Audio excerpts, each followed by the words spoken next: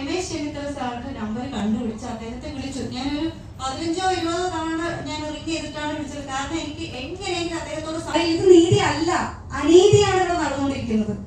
ഇത്രയും അനീതി നടന്നുകൊണ്ടിരിക്കുമ്പോഴും കേരളത്തിലുള്ള ജനങ്ങളെ ഉപയോഗിച്ചത് എന്തിനാണ് ജിജോ? അത് ചോദിക്കുന്ന സമയത്ത് ശ്വേത പറയുന്നത്, ചേച്ചി do you want Tini to end up in jail?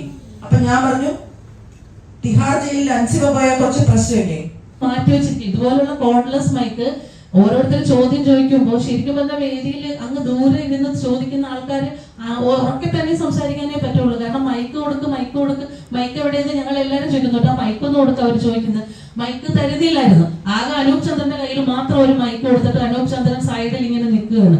അപ്പൊ ഇവര് ചോദിക്കുന്ന ചോദ്യങ്ങൾക്കൊന്നും മറുപടി പറയാതെ ബാബുരാജിനെ കുറിച്ച് കുറെ ആരോപണങ്ങൾ വന്നു. അപ്പൊ ബാബുരാജ് സംസാരിക്കാൻ സമയം കൊടുക്കുന്നില്ല, മറുപടി പറയാൻ സമയം കൊടുക്കുന്നില്ല. ഈ സമയം മുഴുവനും ലാലേട്ടൻ മുൻപിൽ തന്നെ ഇരിക്കുകയാണ്. ലാലേട്ടൻ ഇതെല്ലാം കണ്ടോണ്ടും കേട്ടോണ്ടിരിക്കുകയാണ്.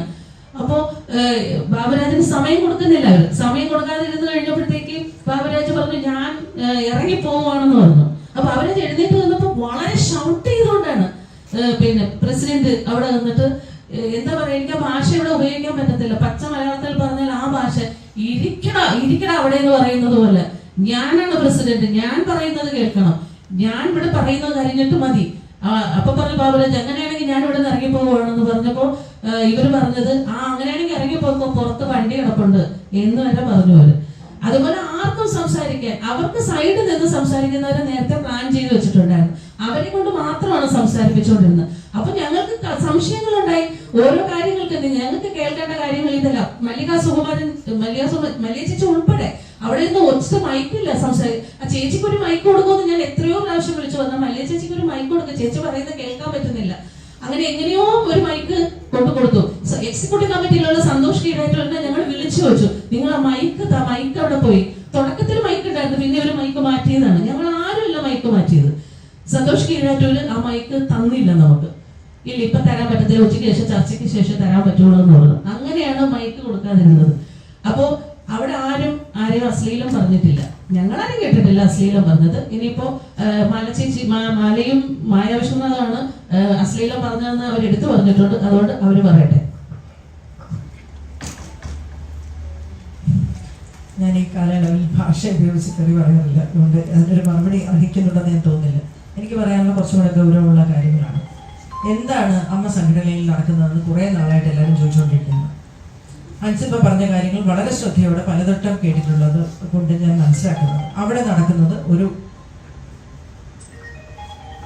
വർഗീയമായ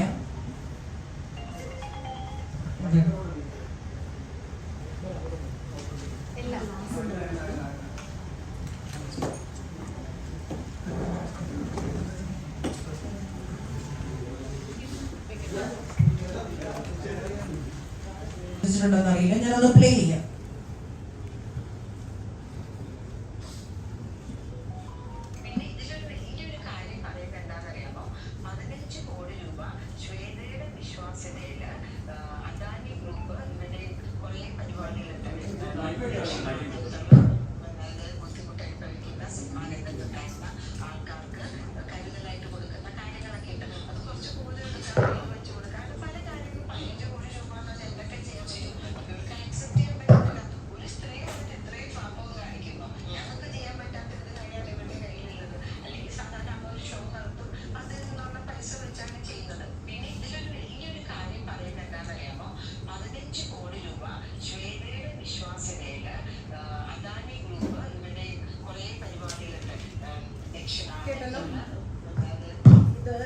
ഒന്നാമത്തെ കാര്യം, ഒരു മൾട്ടിനാഷണൽ കമ്പനിയിൽ നിന്നും ശ്വേതയുടെ വിശ്വാസ്യതയിൽ കൊണ്ടുവരുമെന്ന് പറയുന്നത് മറ്റൊരു പ്രധാനപ്പെട്ട രാഷ്ട്രീയ പാർട്ടിയുടെ സംസ്ഥാന നേതാവാണ്. ഞങ്ങളുടെ അറിവിൽ അവർ അമ്മയുടെ മെമ്പറല്ല. അവർക്ക് അമ്മയുമായിട്ട് എന്താണ് ബന്ധമെന്നും ഞങ്ങൾക്കറിയില്ല. ഞങ്ങൾക്ക് മൾട്ടിനാഷണൽ കമ്പനിയുടെ 15 കോടി രൂപ ആവശ്യമില്ല എന്നതാണ് ഞങ്ങളുടെ പ്രധാനപ്പെട്ട ഒരു കാര്യം. ഇത് സംസ്ഥാന നേതാവാണ്, മുൻ കൗൺസിലറാണ്, ശ്രീമതി പത്മജ എന്നാണ് ഞാൻ മനസ്സിലാക്കുന്നത്. വീഡിയോ ഞാൻ അയച്ചു തരാം ആർക്കെങ്കിലും താല്പര്യം. അപ്പൊ ഇവര് എങ്ങനെയാണ് ഈ വിഷയം സംസാരിക്കുന്നത്? ഇവര് അമ്മയുടെ നേതാവാണോ? ശ്വേത പലവട്ടം പറഞ്ഞു അവര് കോൺഗ്രസ് ആണ്. അവർക്ക് കോൺഗ്രസ് ആകാം, BJP ആകാം, CPM ആകാം, അല്ലെങ്കിൽ CPI ആകാം. ഞങ്ങൾക്ക് ആർക്കും അതിൽ ഒരു വിരോധവുമില്ല, ഒരു അയിത്തവുമില്ല. ഇതെല്ലാം തന്നെ ജനാധിപത്യ രീതിയിൽ ഇന്ത്യയിൽ ഉള്ള പാർട്ടികളാണ്. പക്ഷേ ഇവിടെ ഇതിന്റെ അജണ്ടകൾ നടപ്പിലാക്കാൻ ശ്രമിക്കുമ്പോൾ അത് ഞങ്ങൾ എതിർക്കും. അത് ചോദ്യം ചെയ്യുന്ന ഒരാളായിരുന്നു അൻസിബ. അൻസിബ എന്ന മുസ്ലിം നാമധാരിയായ വ്യക്തിയെ വർഗീയവാദിയാക്കി, ജിഹാദിയാക്കി അവിടെ നിന്ന് ഓടിക്കാനുള്ള ശ്രമമാണ് അവിടെ നടന്നുകൊണ്ടിരുന്നത്.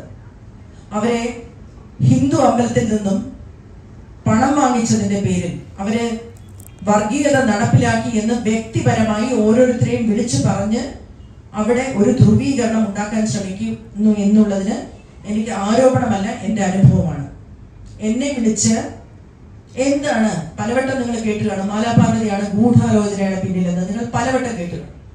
എന്താണ് ആ ഗൂഢാലോചന? എന്തുകൊണ്ടാണ് ശ്വേത എനിക്ക് മൈക്ക് തരാതെ വട്ടം പിടിച്ചു നിന്നത്?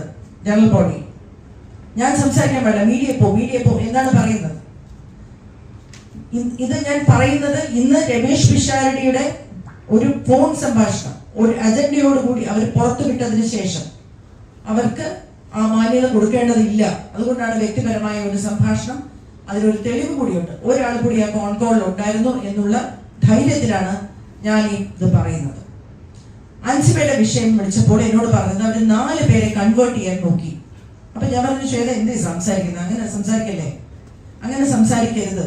അല്ല ചേച്ചി, അങ്ങനെയാണ് ഇങ്ങനെയാണോ, ഒരു പ്രൊഡക്ഷൻ കൺട്രോളർ മറ്റൊന്ന് മറിച്ചത് എന്നൊക്കെ പറഞ്ഞിട്ട് യൂഷ്വൽ ഇവരുടെ ഒരു സംഭവം തുടങ്ങി. അപ്പൊ ഞങ്ങൾ തമ്മിൽ ഒരു ചെറിയ തർക്കം ഉണ്ടാവുകയും ഞാൻ പറഞ്ഞു ഇതൊരു സാമൂഹ്യ വിഷയമാണ്, ഇത് അമ്മയുടെ വിഷയമല്ല, ഇത് ഞാൻ പുറത്ത് പറയും നിങ്ങൾ ഇങ്ങനെ തുടങ്ങുകയാണെങ്കിൽ എന്ന് പറഞ്ഞപ്പോൾ എന്നോട് അവര് പറഞ്ഞത് നിങ്ങൾ സിനിമ ഇൻഡസ്ട്രിയിൽ ഉണ്ടാവില്ല, you will be out of this industry. Chechi, I am telling you because I love you. You don't know what you are getting into. Please stay away. And I know when you decide on something, you get into this one track and you crash land. So you don't know what you are getting into. I am asking you to stop. Do not interfere in Ansiba's issue. എന്താണ് ആ വരിയുടെ അർത്ഥമെന്ന് വളരെയധികം ആലോചിച്ചതിന് ശേഷമാണ് ഈ production controller എന്ന് പറയുന്ന വ്യക്തിയെ ഞാൻ ഫോൺ ചെയ്യുന്നത്. എന്താണ് അവിടെ നടന്നതെന്ന് പറഞ്ഞപ്പോൾ ഒരു ഓർമ്മപ്പെടുത്തൽ വേണ്ടാതെ, ഒരു സംശയത്തിനിടയില്ലാതെ 2023 നടന്ന ഒരു സിനിമയുടെ കാര്യം അദ്ദേഹം പറയുകയാണ്. അവിടെ വെച്ച് അൻസിബ ഒരു നോമ്പെടുത്തു എന്നും അതിനോടൊപ്പം ഈ അദ്ദേഹത്തിന്റെ മകനായ അഭിനയിക്കാൻ വന്നതോ അസിസ്റ്റന്റ് ഡയറക്ടറായിട്ടോ അദ്ദേഹത്തിന്റെ സംവിധായകൻ എന്നെ വളരെയധികം മോശമായി പറയുന്നുണ്ട്, അവിടെ ഒരു നോമ്പ് തുറന്നു എന്നും. അത്രയും മാത്രം നടന്ന ഒരു കാര്യത്തിനെ 2026 ഇവരുടെ എക്സിക്യൂട്ടീവ് കമ്മിറ്റിയിലെ ഒരു വാട്സ്ആപ്പ് ചാറ്റിൽ ഭീഷണിയുടെ സ്വരത്തിൽ ഉപയോഗിച്ചത് എന്തിനാണ് ടീറ്റോ? അത് ചോദിക്കുന്ന സമയത്ത് ശ്വേത പറയുന്നത്, ചേച്ചി do you want Tini to end up in jail? അപ്പൊ ഞാൻ പറഞ്ഞു, തിഹാർ ജയിലിൽ അൻസിബ പോയ കുറച്ച് പ്രശ്നമില്ലേ എന്ന് ഞാൻ തിരിച്ചു ചോദിച്ചു. അങ്ങനെ ഞങ്ങൾ തമ്മിലുണ്ടായ ഒരു തർക്കം. അന്ന് മുതലാണ് ഞാനൊരു ഗൂഢാലോചനക്കാരിയായത്. ഗൂഢാലോചനയൊന്നുമില്ല, ആലോചന നടത്തിയിട്ടുണ്ട് തീർച്ചയായിട്ടും. കാരണം ഇങ്ങനെ ഒരു സംഘമല്ല അമ്മയെ ഭരിക്കേണ്ടത്. ധ്രുവീകരണം നടത്തുന്ന, വർഗീയവാദം നടത്തുന്ന, മനുഷ്യരെ ഒന്നായി കാണാൻ പറ്റാത്ത, ജാതി മതങ്ങളെ ഒന്നായി കാണാൻ പറ്റാത്ത, കലാകാരന്മാരുടെ ഇടയിൽ ധ്രുവീകരണം നടത്തുന്ന ആൾക്കാരല്ല അത് ഭരിക്കേണ്ടത്. എന്റെ വിശ്വാസമാണ്. കേരളം അങ്ങനെ തന്നെയാണെന്നാണ് ഞാൻ ഇപ്പോഴും വിശ്വസിക്കുന്നത്. ആ കേരളത്തിനോട് ഒരു ഉത്തരവാദിത്വമുള്ളത് കൊണ്ട് അവിടെ നടക്കാൻ ഉദ്ദേശിക്കുന്ന കാര്യം നാളെ വരാനിരിക്കുന്ന ഒരു കേരള സ്റ്റോറിയാണ് എന്ന് മനസ്സിലായതുകൊണ്ടും അതിനെ എതിർക്കണമെന്നുള്ള ഉത്തമ വിശ്വാസത്തിലുമാണ് ഞാൻ അവിടെ പ്രതികരിച്ചത്. നാളെ നിങ്ങളൊന്ന് ആലോചിച്ച് നോക്കുക, ആ സ്ക്രിപ്റ്റ് ഒരു സിനിമാ നടി, തട്ടമിടാത്ത, ഒരു തരത്തിലും ജാതി മതങ്ങളൊന്നുമില്ല, അമ്പലത്തിൽ വരെ പോകുന്ന ഒരു മലപ്പുറംകാരി മുസ്ലിം, അവിടെ മത പരിവർത്തനം നടത്താൻ ശ്രമിക്കുന്നു എന്നൊരു കഥ ഒരു സിനിമയായിട്ട് വന്നാൽ നോർത്ത് ഇന്ത്യയിലൊക്കെ നന്നായി ഓടും. ഈ കഥയാണ് അവിടെ സൃഷ്ടിക്കപ്പെടുന്നത് എന്ന് മനസ്സിലായത് കൊണ്ടാണ് ഞാൻ ഇത് വളരെയധികം എതിർത്തത്. ഇത് പറയരുതെന്നും പറയണ്ടെന്നും വിചാരിച്ച് തന്നെയാണ് ഇരുന്നത്. അത് മറ്റു കാര്യങ്ങളിലൂടെ പുറത്തു വന്നുകൊണ്ടേയിരുന്നു. കണക്കിന്റെ കാര്യമായിട്ടും അങ്ങനെയൊക്കെ. കണക്കിന്റെ കാര്യവും മറ്റു കാര്യവും ഒക്കെ അവിടെ നിൽക്കട്ടെ, അതൊക്കെ ഉണ്ട്, കണക്ക് തെറ്റ് തന്നെയാണ്. പക്ഷെ ഇത് ചോദിക്കുന്ന സമയത്ത് ഞങ്ങൾ കുറച്ചു പേര് ഈ കാര്യങ്ങളെ ഞങ്ങളെ ഏൽപ്പിക്കും, ഞങ്ങൾ ഇതൊക്കെ ശരിയാക്കട്ടെ, ഞങ്ങൾ കുറച്ചു പേര് ഞങ്ങൾക്ക് മാത്രമായി ഉത്തരവാദിത്തങ്ങൾ തരും അൻസിബയെ പുറത്താക്കൂ. ആദ്യത്തെ ദിവസം വന്നപ്പോൾ അവരുടെ ബോഡി ലാംഗ്വേജ് അൻസിബയെ പുറത്താക്കാൻ വേണ്ടിയുള്ളതായിരുന്നു. അൻസിബ പുറത്തായില്ലെന്ന് മാത്രമല്ല, അൻസിബയുടെ സംസാരത്തിൽ മുഴുവൻ ജനറൽ ബോഡി അംഗങ്ങളും അൻസിബ പറഞ്ഞത് മനസ്സിലാക്കി അൻസിബയുടെ കൂടെ നിന്നു എന്നുള്ളതാണ് സത്യം. ഞാൻ പറഞ്ഞ കാര്യങ്ങളൊന്നും അവർക്ക് അറിയില്ല കേട്ടോ, ഇതൊന്നും ഞാൻ ജനറൽ ബോഡി പറഞ്ഞിട്ടുള്ള കാര്യങ്ങളല്ല. പക്ഷേ അൻസിബ പറഞ്ഞ പല കാര്യങ്ങളും അവർക്ക് ബോധ്യപ്പെട്ടതിന്റെ അടിസ്ഥാനത്തിൽ അൻസിബയോടൊപ്പം നിന്നു. ഇവർക്ക് ഉത്തരവില്ലാതെ ആയി എന്നുള്ളത് സത്യമാണ്. അതിന് ബാബുരാജ് ഒരു ആരോപണം മുന്നോട്ട് വെച്ചു. ഒരു പ്രത്യേക പാർട്ടിയിൽ നിന്നും 2 കോടി രൂപ വാങ്ങിയില്ലേ. ഇത് ജനറൽ ബോഡി സീരിയസ് ആയിട്ട് എടുത്തൊരു ആരോപണമൊന്നുമല്ല. പിറ്റേ ദിവസം ലക്ഷ്മിപ്രിയ പറയുമ്പോഴാണ് നമ്മൾ ഇത് ഇത്ര ഗൗരവം ഉണ്ടായിരുന്നു എന്ന് ആലോചിക്കുന്നത്. അപ്പൊ ഇവര് ഇറങ്ങി ഓടിയാവുന്നു. എന്തിനാണ് ഓടുന്നത്? നമ്മളൊരു അനാവശ്യമായ ആരോപണം പറഞ്ഞാൽ തിരിഞ്ഞു നിന്നത് ആരോടൊന്നല്ലേ തിരിച്ചു ചോദിക്കുക. അങ്ങനെ ചോദിക്കാതെ അവരിറങ്ങി ഓടിയത് എന്തിനാണ്? നമുക്ക് മനസ്സിലാവുന്നില്ല അവരെന്തിനാണ് അങ്ങനെ ഓടിയതെന്ന്. അതിനുശേഷം ഞാൻ പോവുകയാണ്, അംഗത്വം രാജിവെച്ച് പോവുകയാണെന്ന് പ്രഖ്യാപിച്ച് അവർ പോയി. അപ്പോ അങ്ങനെ ഒരു സാഹചര്യത്തിൽ ഇതൊരു ഞാനും എന്റെ അംഗങ്ങളും രാജിവെക്കുന്നു എന്നാണ് പറഞ്ഞത്. അംഗങ്ങളും ഞാനും എന്റെ അംഗങ്ങളും എന്ന് പറയുമ്പോൾ അംഗങ്ങളെല്ലാം അവിടെ ഉണ്ട്. അവരാരും തിരിച്ചു വന്ന് ഞങ്ങൾ ഇതിനകത്തുണ്ടെന്ന് പറഞ്ഞില്ല. അവര് രാജിവെച്ചതിന് ശേഷം ജനറൽ ബോഡിയാണ് അപ്പെക്സ് ബോഡി. നിങ്ങൾക്ക് നോക്കാം, Travancore Kochi literary and scientific registration society act ആണ് പാരന്റ് ആക്ട്. അതിൽ പറയുന്നത് അപ്പെക്സ് ബോഡിക്ക് തീരുമാനമെടുക്കാം. മാസ റെസിഗ്നേഷനും അബാൻഡ്മെന്റും വന്നു കഴിഞ്ഞാൽ അപ്പെക്സ് ബോഡിയാണ് തീരുമാനമെടുക്കേണ്ടത്. അപ്പെക്സ് ബോഡി ജനറൽ ബോഡിയാണ്. ശ്വേതയുടെ തന്നെ വാക്കിൽ പറഞ്ഞാൽ ഞങ്ങളുടെ കോർട്ട്. എല്ലാവരും കൂടെ തീരുമാനമെടുത്തു പുതിയൊരു സമിതി ഏൽപ്പിക്കാൻ. ആ സമിതിയുടെ അധ്യക്ഷനെ അല്ലെങ്കിൽ കൺവീനറിനെയാണ് ഇന്നലെ മ്ലേച്ഛമായ ഒരു ഫോൺ കോൾ ചോർത്തിക്കൊണ്ട് കോടതിയിൽ പോയി ഒഴിവാക്കിയത്. ഞങ്ങൾ കയ്യും കാലും പിടിച്ചാണ് രമേശ് പിഷാരനെ അവിടെ എത്തിയത്. രമേശിന്റെ ഒരു നയം, അനുരഞ്ജനം, എല്ലാവരെയും ഒരുമിച്ച് കൊണ്ടുപോകാൻ പറ്റും ഞങ്ങൾ വിശ്വസിച്ചതിന്റെ അടിസ്ഥാനത്തിൽ. അല്ലാതെ അദ്ദേഹം അവിടെ കോൺഗ്രസ്സുകാരനാണ്, പക്ഷെ കോൺഗ്രസ് അവിടെ കളിക്കില്ല എന്ന ഉത്തമ വിശ്വാസമുണ്ട്. അതാണ് ഞാൻ നേരത്തെ പറഞ്ഞത്, ഞങ്ങൾക്ക് രാഷ്ട്രീയത്തിനോട് ഐക്യമില്ല. BJP ആയിട്ടുള്ള ആൾക്കാരുണ്ട് അവിടെ, ബഹുമാനിക്കുന്നു, ആദരിക്കുന്നു. CPM കാരുണ്ട്, ബഹുമാനിക്കുന്നു, ആദരിക്കുന്നു. പക്ഷേ ഈ വർഗീയവൽക്കരണം ബോളിവുഡിലൊക്കെ നടന്നിട്ടുള്ളത് പോലെ സിനിമാ സംഘടനകളെ പിടിച്ചുകൊണ്ട് സിനിമയെ മാറ്റിക്കൊണ്ട് ഒരു നാട്ടിൽ വർഗീയവൽക്കരിക്കാൻ ശ്രമിക്കുന്ന ഈ ശ്രമത്തിനെ മുളയിലെ നുള്ളാൻ ശ്രമിച്ചു എന്നുള്ള ഗൂഢാലോചന കുറ്റമുണ്ടെങ്കിൽ അത് ഞാൻ ചെയ്തിട്ടുണ്ട്. അതിന് ഞാൻ അശ്ലീല വാക്കുകൾ ഉപയോഗിച്ചിട്ടില്ല, രൂക്ഷമായി സംസാരിച്ചിട്ടുണ്ട്. ഇതാണ് എനിക്ക് പറയാനുള്ളത്. നിങ്ങളുടെ ചോദ്യങ്ങൾ ഞാൻ എടുക്കാം. BJP ആണ് ഞാൻ ഉദ്ദേശിക്കുന്നത്. 2 കോടി രൂപ BJP നിന്ന് വാങ്ങിയതാണെന്ന് നിങ്ങൾ പറയുന്നത് കൃത്യമായിട്ട് പറയുന്നില്ല. അല്ല, അങ്ങനെ തന്നെയാണ് ബാബുരാജ് പറഞ്ഞത്. BJP യിൽ നിന്ന് 2 കോടി രൂപ വാങ്ങി. എന്തിനു വേണ്ടിയാണ്? കാൻഡിഡേറ്റ്സിന് മത്സരിക്കാൻ കൊടുക്കാം എന്ന് പറഞ്ഞിട്ട്, അതായത് 50 നിന്നും സ്ഥാനാർത്ഥികളെ കൊടുക്കാമെന്ന് പറഞ്ഞിട്ട് അങ്ങനെ പറഞ്ഞത്. പക്ഷെ അതുകൊണ്ടൊന്നും അവർക്ക് ക്ലിയർ ചെയ്യായിരുന്നല്ലോ. അങ്ങനെ അവർ വാങ്ങിയിട്ടില്ലെന്നുണ്ടെങ്കിൽ ജനറൽ ബോഡി അല്ലേ. ശ്വേതാ മേനോൻ എപ്പോഴും സംസാരിക്കുന്നത്, മീഡിയയുടെ മുമ്പിൽ വന്ന് സംസാരിക്കുന്നത്, ഞങ്ങളുടെ കോടതി എന്ന് പറയുന്നത് ജനറൽ ബോഡിയാണ്, അമ്മയുടെ ജനറൽ ബോഡിയാണ്. ആ ജനറൽ ബോഡിയിൽ ജനറൽ ബോഡി എന്ത് തീരുമാനിച്ചാലും ഞങ്ങൾ അംഗീകരിക്കും എന്നാണ് പറഞ്ഞിട്ടുള്ളത്. അപ്പൊ ആ കോടതിയുടെ മുമ്പിൽ അങ്ങനെ ഒരു ആരോപണം വരുമ്പോൾ അവിടെ ക്ലിയർ ചെയ്യണ്ടേ? അവിടെ ക്ലിയർ ചെയ്ത അടുത്ത സെക്കൻഡില് അവരിറങ്ങി പോവാണ്. ഞാൻ അംഗത്വം കൂടെ രാജിവെക്കുകയാണെന്ന് പറഞ്ഞിട്ട് ഇറങ്ങി പോവുക ചെയ്തത്. എന്നിട്ട് പുറത്തു വന്നിട്ട് മീഡിയയിൽ പറഞ്ഞത്, ഞങ്ങൾ രാജിവെക്കുന്നു, ഞാൻ അംഗത്വം രാജിവെച്ചു, ഞാനും എന്റെ കമ്മിറ്റിയും രാജിവെച്ചു, എനിക്ക് പാവയായിരിക്കാൻ സാധിക്കില്ല, എനിക്ക് പാവയായി ഇവിടെ ഇരുന്ന് ഭരിക്കാൻ സാധിക്കില്ല എന്നാണ് പറഞ്ഞത്. അത് അങ്ങനെ പറയാൻ എന്താണ് കാരണം? അങ്ങനെ അവരെ ആരാണ് പാവയായിട്ട് ഈ ഭരണസമിതി ചുമതലയേറ്റതിനു ശേഷം 10 മാസം അവരാരാണ്, അമ്മയിലെ ഏത് അംഗങ്ങളാണ് അവരുടെ ഭരണത്തിൽ ഇന്റർഫിയർ ചെയ്ത് നിങ്ങൾ ഇങ്ങനെ ഭരിക്കണം, നിങ്ങൾ ഇങ്ങനെ ഞങ്ങൾ പറയുന്ന പോലെ അനുസരിക്കണം എന്ന് പറഞ്ഞ് അങ്ങനെ ആരെങ്കിലും പറഞ്ഞിട്ടുണ്ടായിരുന്നെങ്കിൽ അത് ജനറൽ ബോഡിയിൽ പറയണ്ടേ? ഞങ്ങൾക്ക് അറിയണമെന്ന്.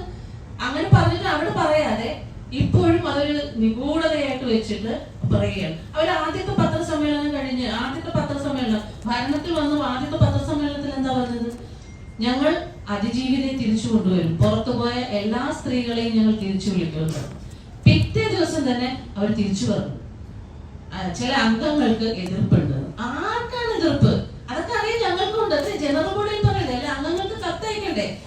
ഞാൻ ഇങ്ങനെ പത്രസമ്മേളനം നടത്തിയതിനു ശേഷം എനിക്ക് ആ കാര്യം ചെയ്യാൻ പറ്റുന്നില്ല, ഇന്ന അംഗങ്ങൾ എന്നെ വിളിച്ച് ഭീഷണിപ്പെടുത്തുന്നു, അത് പറയാൻ പാടില്ല, അങ്ങനെ ചെയ്യാൻ പാടില്ല എന്ന് പറയും. അത് അംഗങ്ങളെ ഞങ്ങൾക്ക് അറിയണ്ടേ? അതൊന്നും അവർ പറയുന്നില്ല. ഇങ്ങനെ മാറി മാറി മാറി മാറി സംസാരിച്ചുകൊണ്ടിരിക്കുകയാണ്. അതുകൂടാതെ തന്നെ എനിക്കറിയാൻ കഴിഞ്ഞത്, ഞങ്ങൾക്ക് എല്ലാവർക്കും അറിയാൻ കഴിഞ്ഞിട്ടുള്ളത്, പിന്നെ ഈ പറയുന്ന അതിജീവിതയോ പുറത്തുപോയ സ്ത്രീകളെ ഔദ്യോഗികമായിട്ട് ഇവരൊരു ഫോൺ കോൾ പോലും ചെയ്ത് ചോദിച്ചിട്ടില്ല എന്നുള്ളതാണ് എനിക്ക് അറിയാൻ കഴിയുന്നത്. പിന്നെ ഗൂഢാലോചന മാല മാത്രമല്ല, ജനറൽ ബോഡിയിൽ തന്നെ പറഞ്ഞു ഇവിടെ ഗൂഢാലോചനയാണ് ഞങ്ങളെ പുറത്താക്കാൻ ഗൂഢാലോചന നടത്തി. ആരാണ് ഗൂഢാലോചന നടത്തിയത്? ഞാൻ എഴുന്നേറ്റെന്ന് ചോദിച്ചു, ആരാണ് ഗൂഢാലോചന നടത്തിയത്? യു എന്ന് പറഞ്ഞിട്ട് ഷൗട്ട് ചെയ്യുന്നത്. ഗൂഢാലോചന എന്ന് വെച്ചാല് നമ്മളെ ഒരു ഇംപീച്ച്മെന്റ് അല്ലെങ്കിൽ ഒരു അവിശ്വാസ പ്രമേയം എന്ന് പറയുന്നത് ജനറൽ ബോഡിയുടെ അവകാശമാണ്. ജനറൽ ബോഡിയുടെ അവകാശം നടപ്പിലാക്കാൻ ഞങ്ങൾ ശ്രമിച്ചിരുന്നു എന്നുള്ളത് സത്യമാണ്.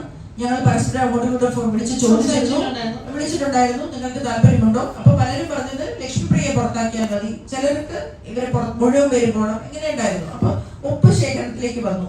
21 ദിവസം മുമ്പ് കൊടുത്താൽ മാത്രമേ ഇത് നടപ്പിലാവൂ എന്ന് ഞങ്ങൾക്ക് പറയാം. ഇവിടെ പല ആൾക്കാരും ജിമിൻ ടുട്ടു അടക്കം എന്നെ വിളിച്ച് ചോദിക്കുന്ന സമയത്ത് ഞാൻ പറഞ്ഞു ഇത് ഒരിക്കലും അവിശ്വാസ പ്രമേയം ആവില്ല, കാരണം 21 ഡേയ്സ് മുമ്പ് കൊടുക്കണം. പക്ഷെ ഞങ്ങൾ അന്ന് അവിടെ അത് വായിക്കാം, കാരണം ഞങ്ങൾക്ക് നോട്ടീസും തന്നിട്ടില്ല. അപ്പൊ അതുകൊണ്ട് അത് വായിക്കാം എന്നുള്ള നിലയ്ക്കൊക്കെ ആലോചിച്ചിരുന്നു, പക്ഷെ വേണ്ടിയിരുന്നില്ല. കാരണം കണക്ക് കാണിക്കാതെ ഇത് മൊത്തത്തിൽ ഡിസോൾവ് ചെയ്യുന്ന സാഹചര്യം വന്നപ്പോൾ മാൻഡേറ്റ് പോയി. അവർക്ക് കണക്ക് കാണിക്കാതെ നിങ്ങൾ എല്ലാവരും ഏതെങ്കിലും ഒക്കെ സംഘടനയിൽ അംഗമായിരിക്കില്ലേ? കണക്ക് കാണിക്കാതിരിക്കാൻ ആനുവൽ ജനറൽ ബോഡിയിൽ കണക്ക് തരാതിരിക്കാൻ അവകാശമുണ്ടോ ഒരു എക്സിക്യൂട്ടീവ് കമ്മിറ്റിക്ക്? അവരവിടെ കണക്ക് കാണിക്കാതിരുന്നാൽ അതിന്റെ മാൻഡേറ്റ് നഷ്ടപ്പെട്ടു. മാൻഡേറ്റ് നഷ്ടപ്പെട്ട് കഴിഞ്ഞാൽ അവർക്ക് അവിടെ നിന്ന് പോകേണ്ടി വരും എന്നുള്ള ഒരു സാഹചര്യം വന്നപ്പോൾ അവര് ഇറങ്ങി ഓടി, അവര് രാജിവെച്ചു എന്ന് പ്രഖ്യാപിച്ചു.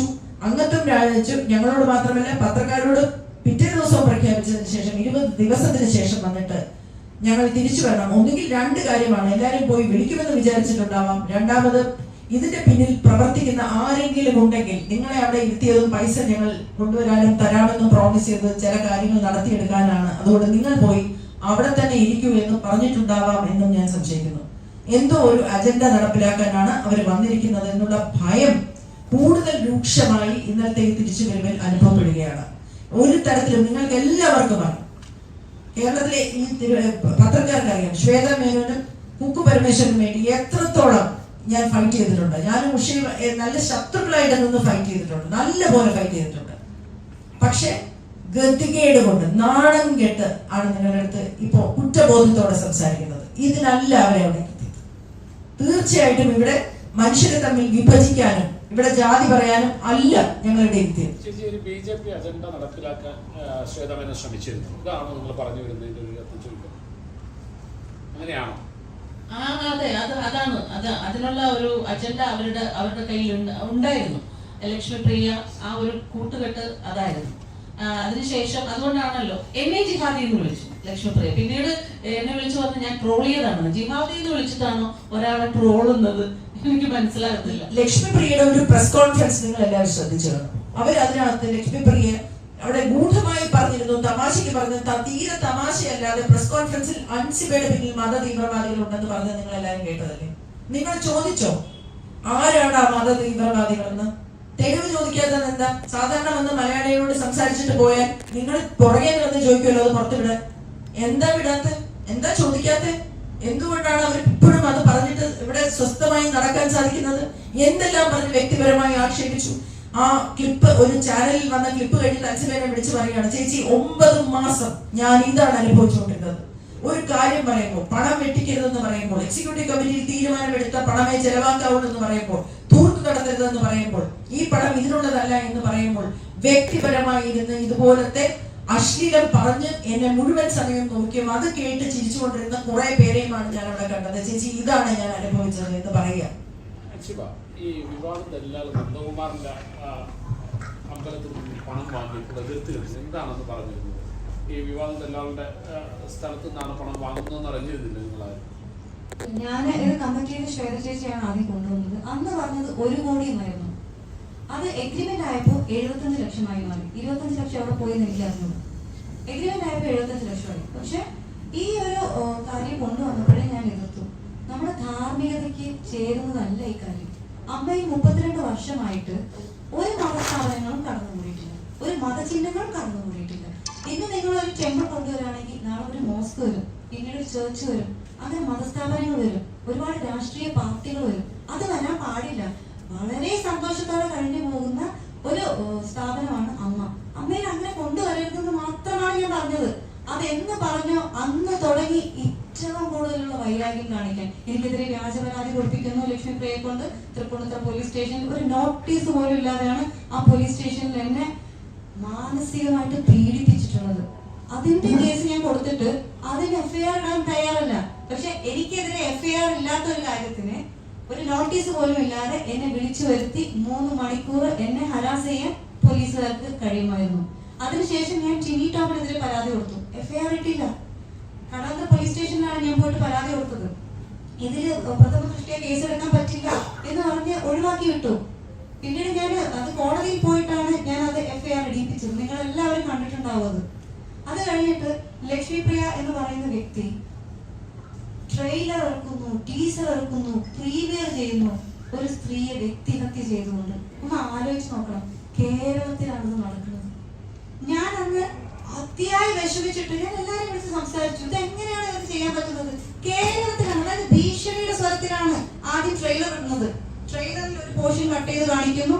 എന്നിട്ട് അതേ ചാനൽ ക്യാൻ എന്ന് പറഞ്ഞ ചാനൽ എഴുതി കാണിക്കുകയാണ് ഇതിന്റെ 1-ാം ഭാഗം നാളെ 4 മണിക്ക് ടെലികാസ്റ്റ് ചെയ്യുന്നതായിരിക്കും, 2-ാം ഭാഗം അതിന്റെ നെക്സ്റ്റ് ദിവസം ഇടുന്നതായിരിക്കും. എന്ത് മ്ലേച്ഛകരമായിട്ടുള്ള കാര്യമാണ് കേരളത്തിൽ നടക്കുന്നത്. അപ്പൊ ഞാൻ ആലോചിക്കുകയാണ്, ഇങ്ങനെ പറയാൻ അവസരം കേരളത്തിൽ ഉണ്ട് എന്നുണ്ടെന്നുണ്ടെങ്കിൽ എത്രയോ പേര് ആണ് ഇവിടെ അനുഭവിക്കാൻ പോകുന്നത്. എത്രയോ ആത്മഹത്യകൾ നമ്മൾ കാണേണ്ടി വരും. കാരണം ഇത്തരത്തിൽ വ്യക്തിഹത്യ ചെയ്യാൻ പറ്റുന്ന ഒരു സംസ്ഥാനമായിട്ട് എങ്ങനെയാണ് കേരളം മാറുന്നതെന്ന് എനിക്ക് മനസ്സിലാവുന്നില്ല. ഞാൻ അതിനെതിരെ പാലാരിവട്ടം സ്റ്റേഷനിൽ പരാതി കൊടുത്തു. ആ പരാതി ഇപ്പോഴും എടുത്തിട്ടില്ല. അപ്പൊ ഞാൻ ആലോചിക്കുകയാണ്, ലക്ഷ്മിപ്രിയ എന്ന് പറയുന്ന വ്യക്തിക്ക് ഇത്രത്തോളം സ്വാധീനമുണ്ടോ? ഞാൻ കൊടുത്ത പരാതിനെ പാലാരിവട്ടം സ്റ്റേഷനിൽ പരാതി കൊടുത്തതിന് ശേഷം ഞാൻ എന്റെ കുറച്ച് മാധ്യമ സുഹൃത്തുക്കളെ അറിയിച്ചിട്ടുണ്ടായിരുന്നു. ഞാൻ പാലാരിവട്ടം സ്റ്റേഷനിൽ പരാതി കൊടുത്തിട്ടുണ്ട് വ്യക്തിഹത്യക്കെതിരെ എന്ന്. അങ്ങനെ കുറച്ച് മാധ്യമ സുഹൃത്തുക്കൾ പാലാരിവട്ടം പോലീസ് സ്റ്റേഷനിൽ വിളിച്ചു ചോദിച്ചപ്പോ അവിടുന്ന് പറഞ്ഞത് അങ്ങനെ ഒരു പരാതി അവർ കണ്ടിട്ടില്ല എന്നാണ്. അതിനുശേഷം ഞാൻ നമ്മുടെ ആഭ്യന്തരമന്ത്രി രമേശ് ചെന്നിത്തല സാറിന്റെ നമ്പർ കണ്ടുപിടിച്ച് അദ്ദേഹത്തെ വിളിച്ചു. ഞാനൊരു 15-20 തവണ ഞാൻ റിംഗ് ചെയ്തിട്ടാണ് വിളിച്ചത്. കാരണം എനിക്ക് എങ്ങനെയെങ്കിലും അദ്ദേഹത്തോട് സംസാരിക്കണം അത്രയ്ക്ക് ഞാൻ ആഗ്രഹിച്ചിട്ടാണ് ഞാൻ വിളിച്ചിട്ട് ഞാൻ അദ്ദേഹത്തോട് സംസാരിച്ചപ്പോൾ അദ്ദേഹം എന്നോട് ചോദിച്ചു FIR ഇട്ടിട്ടില്ലേ എന്ന് ചോദിച്ചു. ഞാൻ ഇട്ടിട്ടില്ല എന്ന് പറഞ്ഞു. അപ്പോ രമേശ് ചെന്നിത്തല സാർ പറഞ്ഞു ഞാൻ വിളിച്ച് സംസാരിക്കാം.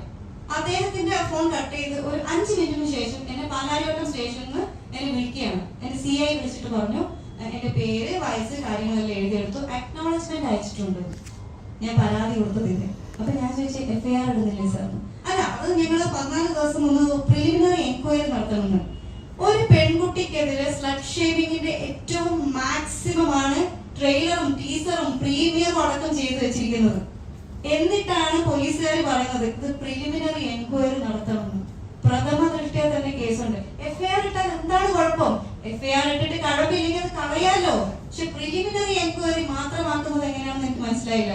ഒരു സ്റ്റേറ്റിന്റെ ആഭ്യന്തരമന്ത്രി വിളിച്ചു പറഞ്ഞിട്ട് പോലും FIR ഇടാൻ പറ്റാത്ത പോലീസ് സ്റ്റേഷനാണോ കേരളത്തിലുള്ളത്? അപ്പൊ നമ്മൾ ആലോചിക്കേണ്ടിയിരിക്കുന്നു, കേരളത്തിലുള്ള പോലീസ് സ്റ്റേഷനുകൾ എല്ലാം ഇങ്ങനെയാണോ ഇങ്ങനെയല്ലേ എന്ന് നമ്മൾ തീർച്ചയായിട്ടും അറിയണം. ഇപ്പൊ ഓപ്പറേഷൻ തൂഫാൻ നടക്കുന്നുണ്ട്. എനിക്ക് ആഭ്യന്തരമന്ത്രിയോടുള്ള റിക്വസ്റ്റ് ആണ്, ഓപ്പറേഷൻ തൂഫാനോടൊപ്പം തന്നെ ചെയ്യേണ്ട ഒരു പ്രധാന കാര്യമാണ് സാധാരണക്കാര് പോലീസ് സ്റ്റേഷനിൽ പരാതിയുമായിട്ട് വരുന്ന സമയത്ത് ആ പരാതി എടുക്കുന്നുണ്ടോ, അല്ലെങ്കിൽ പരാതിക്കാർക്ക് സ്വാധീനവും പണവും ഒന്നും ഇല്ലാന്നുണ്ടെങ്കിൽ അവരുടെ പരാതി എടുക്കില്ലേ? ആരോപണ വിധേയരായിട്ടുള്ളവരെ സഹായിക്കാനാണോ പോലീസ് സ്റ്റേഷൻ പ്രവർത്തിക്കുന്നത് എന്നുള്ളത് ഓപ്പറേഷൻ തൂഫാനോടൊപ്പം തന്നെ അല്ലെങ്കിൽ അതിന് മുകളിൽ പ്രാധാന്യം അറിയിക്കുന്ന ഒരു കാര്യമാണ്. അത് തീർച്ചയായിട്ടും ആഭ്യന്തരമന്ത്രി തീർച്ചയായിട്ടും ശ്രദ്ധിക്കേണ്ട കാര്യമാണ്. ഓപ്പറേഷൻ തൂഫാനോടൊപ്പം എല്ലാ പോലീസ് സ്റ്റേഷനുകളിലും കൃത്യമായിട്ട് കേസ് എടുക്കുന്നുണ്ടോ, കേസ് രജിസ്റ്റർ ചെയ്യുന്നുണ്ടോ, പരാതിയുമായിട്ട് വരുന്ന സ്ത്രീകളെ അപമാനിക്കുന്നുണ്ടോ എന്നുള്ള കാര്യം വ്യക്തത വരുത്തേണ്ടതാണ്, അന്വേഷിക്കേണ്ടതാണ്. ആഭ്യന്തരമന്ത്രി വിളിച്ചു പറഞ്ഞാൽ പോലും കേൾക്കാത്ത പോലീസാണോ ഇവിടെ ഉള്ളത് എന്നുള്ളത് അത്ഭുതപ്പെടുത്തുന്ന കാര്യമാണ്, ഭയപ്പെടുത്തുന്ന കാര്യമാണ്. ഞാൻ ഇതേ വിഷയം തൃക്കാക്കര മണ്ഡലത്തിലെ MLA ആയിട്ടുള്ള ഉമാ തോമസ് മാമുമായിട്ട് സംസാരിച്ചു. അതുപോലെ തന്നെ മിനിസ്റ്റർ ബിന്ദു കൃഷ്ണ മാമുമായിട്ട് സംസാരിച്ചു. പക്ഷെ എനിക്ക് ഇതുവരെ ഒരു നീതിയും കിട്ടിയിട്ടില്ല. അപ്പൊ എനിക്ക് നീതി കിട്ടുന്നത് കോടതിയിൽ പോകുമ്പോൾ മാത്രമാണ്. കോടതിയിൽ മാത്രം വിശ്വസിക്കാൻ പറ്റുന്ന ഒരു അവസ്ഥയിൽ ഒരു പൗരന് ജീവിക്കേണ്ടി വരുന്ന ഒരു അവസ്ഥ ആലോചിച്ചപ്പോൾ പിന്നെ പോലീസ് സ്റ്റേഷൻ എന്തിനാണ്?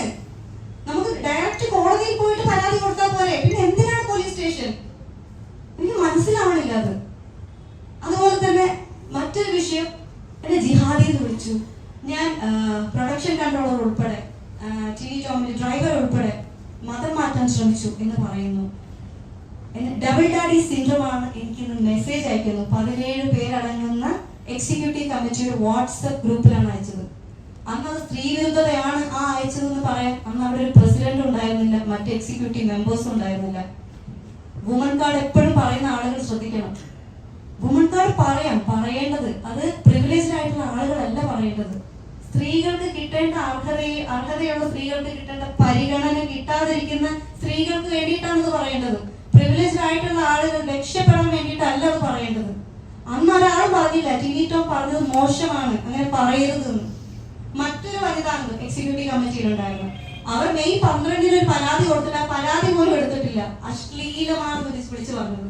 അതിന് സാക്ഷി പറഞ്ഞ ആളാണ് ഇവിടെ ഇരിക്കുന്ന മായ ചേച്ചി. ജനറൽ ബോഡിയിൽ വന്ന് മായ ചേച്ചി സാക്ഷി പറഞ്ഞിട്ടുണ്ടായിരുന്നു. ഇത്രയും കാര്യങ്ങൾ നടന്നിട്ട് പോലും ഒരു ആക്ഷൻ എടുത്തിട്ടില്ല. ആരോപണ വിധേയനായിട്ടുള്ള ആ പുരുഷനെ ഒന്ന് മാറ്റി നിർത്താൻ പോലും പ്രസിഡന്റ് തയ്യാറായിട്ടില്ല. എവിടെയാണ് സ്ത്രീ സമത്വം? അവിടെ എവിടെയാണ് സ്ത്രീകൾക്ക് വേണ്ടി സ്ത്രീകളിന്റെ എന്നൊക്കെ പറയുന്ന ആളുകൾ അത് ചെയ്യണം. അപ്പൊ പറയുന്നതൊന്നും പ്രവർത്തിക്കുന്നത് മറ്റൊന്നും ആവരുത്. ഇങ്ങനെയൊക്കെ സംഭവിച്ചിട്ടും ഞാൻ പോലീസ് സ്റ്റേഷനിൽ പോയി കംപ്ലൈന്റ് കൊടുത്തു, കംപ്ലൈന്റ് എടുത്തില്ല. അവസാനം ഞാൻ കോടതിയിൽ പോയി FIR ഇടാൻ പറഞ്ഞു. പ്രഥമ ദൃഷ്ട്യാ കേസ് എടുക്കാൻ പറ്റുന്ന തെളിവുകൾ ഉള്ളത് തന്നെയാണ് അൻസിബ ഹസൻ കൊടുത്ത പരാതി എന്ന് കോടതി പറയുകയും FIR ഇടാൻ നിർദ്ദേശിക്കുകയും ചെയ്തു. അതിനുശേഷം കമ്മീഷണർ മീഡിയയോട് സംസാരിക്കുന്ന ഒരു വീഡിയോ ഞാൻ കണ്ടു. എനിക്ക് ഭയങ്കര വേദനയാണ് ആ വീഡിയോ കണ്ടിട്ട് തോന്നിയത്. അദ്ദേഹം പറഞ്ഞത് അത് അവർ തമ്മിൽ അങ്ങോട്ടും ഇങ്ങോട്ടും പരാതികളും കൗണ്ടർ പരാതികളും ഉണ്ടായിരുന്നു. എന്ത് പരാതി, എന്ത് കൗണ്ടർ പരാതി എനിക്കറിയില്ല. ഞാൻ ശ്രീ ടിനി ടോമിനെതിരെ കൊടുത്തൊരു പരാതിയെ എനിക്കറിയുള്ളൂ.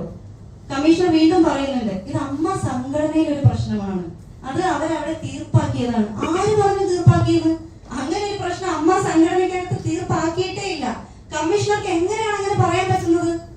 അതുപോലെ പറയുന്നത് റിപ്പോർട്ടിൽ പറയുന്നത് ടിനി ടോം അത് തമാശയ്ക്ക് പറഞ്ഞതാണ് ജിഹാദി എന്നും ഒരു വ്യക്തിക്ക് ഡബിൾ ഡാഡി സിൻഡ്രോം ആണെന്നും ആ വ്യക്തിക്ക് മറ്റുള്ള പലരുമായിട്ടും പല രീതിയിലുള്ള ബന്ധങ്ങളുണ്ടെന്ന് പറയുന്നതൊക്കെ തമാശയായിട്ട് കാണാനാണോ പോലീസ് വിളിക്കുന്നത്? അത് തമാശയാണെന്ന് എങ്ങനെയാണ് പോലീസുകാർക്ക് പറയാൻ പറ്റുന്നത്?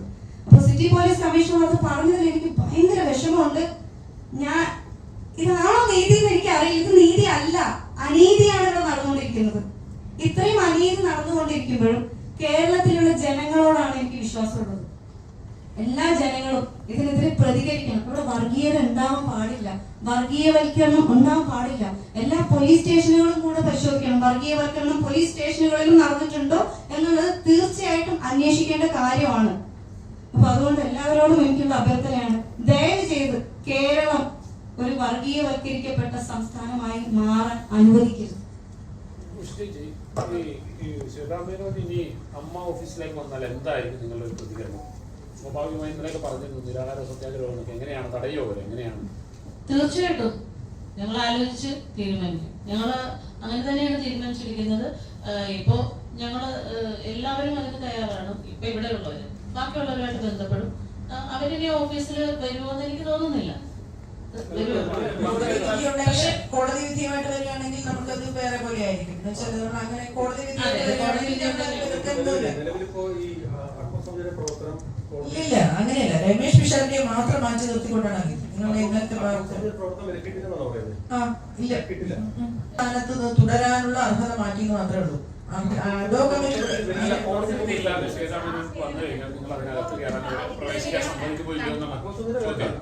അല്ല,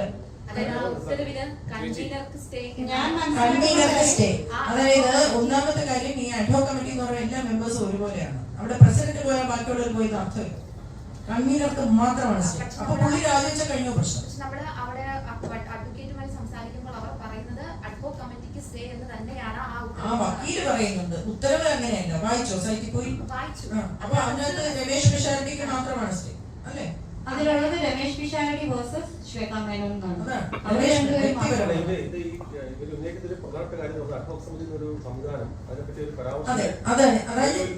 ഞാനതാ പറഞ്ഞത്. അഡ്ഹോക് കമ്മിറ്റി എന്നൊരു സംവിധാനം ജനറൽ ബോഡി നമ്മുടെ ജനറൽ ബൈലോയിൽ ഇല്ല എന്ന് തന്നെ ഇരിക്കട്ടെ. ഇല്ല, ശരി. പക്ഷെ ഒരു അസാധാരണ സിറ്റുവേഷൻ ഉണ്ടായി. അവര് മാസ് റിസൈൻ ചെയ്തു.